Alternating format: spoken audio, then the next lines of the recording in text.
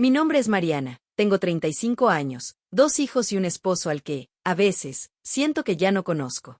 A lo largo de los años, las rutinas y las responsabilidades familiares se han convertido en una capa pesada que apenas puedo quitarme al final del día. He sido madre joven, y me enorgullece todo lo que he construido junto a mi esposo, pero a veces me pregunto si he perdido una parte de mí misma en el camino. Todo empezó una tarde de verano, cuando mi hermano vino a casa acompañado de un amigo suyo, un joven de 20 años llamado Andrés. Era simpático, extrovertido y tenía esa energía fresca que solo los veinteañeros parecen tener. Se reía con facilidad, hablaba sin reservas, y sin quererlo, captaba la atención de todos.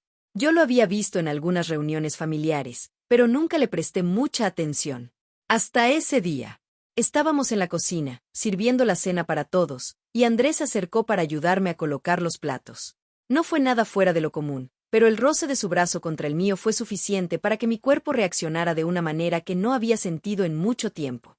Me sentí inquieta, como si algo se hubiera encendido dentro de mí, algo que creía olvidado.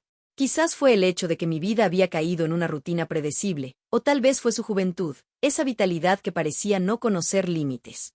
Lo que sea que fuera, me hizo mirarlo de otra manera. La noche transcurrió con risas y anécdotas familiares. Mi esposo, como siempre, estaba absorto en sus historias, mientras los niños jugaban en el jardín. Yo, por otro lado, no podía dejar de sentirme atraída por Andrés. Cada vez que hablaba, sus palabras parecían envolverme, y cuando sus ojos se cruzaban con los míos, sentía una especie de chispa que no sabía cómo interpretar. El cansancio de ser madre y esposa había nublado mi mente los últimos años, pero ahí, en ese momento, me sentí viva de nuevo. No hablé mucho con él esa noche, pero la energía en el aire ya estaba cambiando.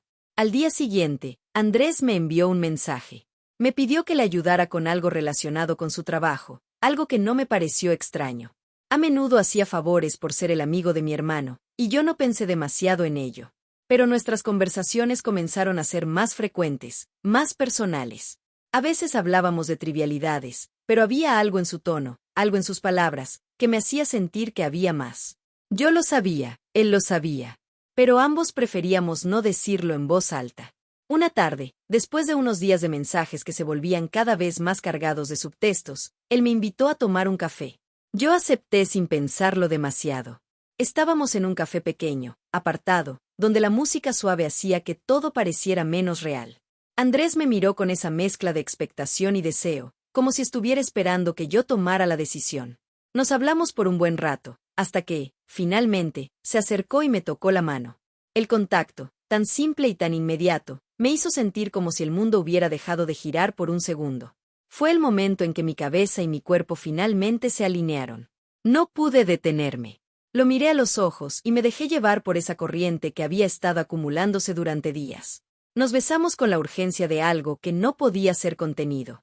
Fue un beso lento, pero profundo, como si de alguna manera supiera que lo que estábamos haciendo no tenía vuelta atrás.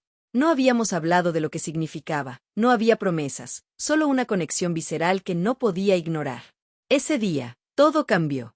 El momento pasó y, al final, regresé a mi casa como si nada hubiera ocurrido, pero sabía que todo había cambiado dentro de mí. No podía evitar pensar en Andrés. Cada mensaje, cada encuentro, se convirtió en una carga emocional que no podía liberar. Sabía que lo que había hecho era un error, pero a la vez no podía dejar de sentirme atraída por él. Mi vida con mi esposo, con quien compartía 2 hijos, parecía vacía en comparación con la vitalidad que Andrés me traía.